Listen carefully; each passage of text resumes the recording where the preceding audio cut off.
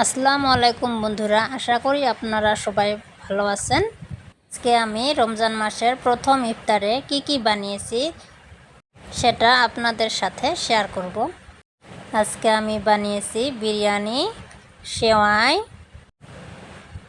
বুট, আরও এর সাথে আছে খেজুর, চেরি ফল, তরমুজ, সেমাস।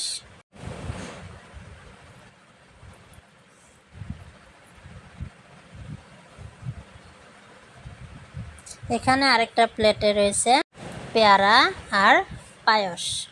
তো বন্ধুরা, এখানেই আছে আজকে আমার প্রথম ইফতারের আয়োজন। ভিডিওটা ভালো লাগলে লাইক এবং সাবস্ক্রাইব করবেন। ধন্যবাদ।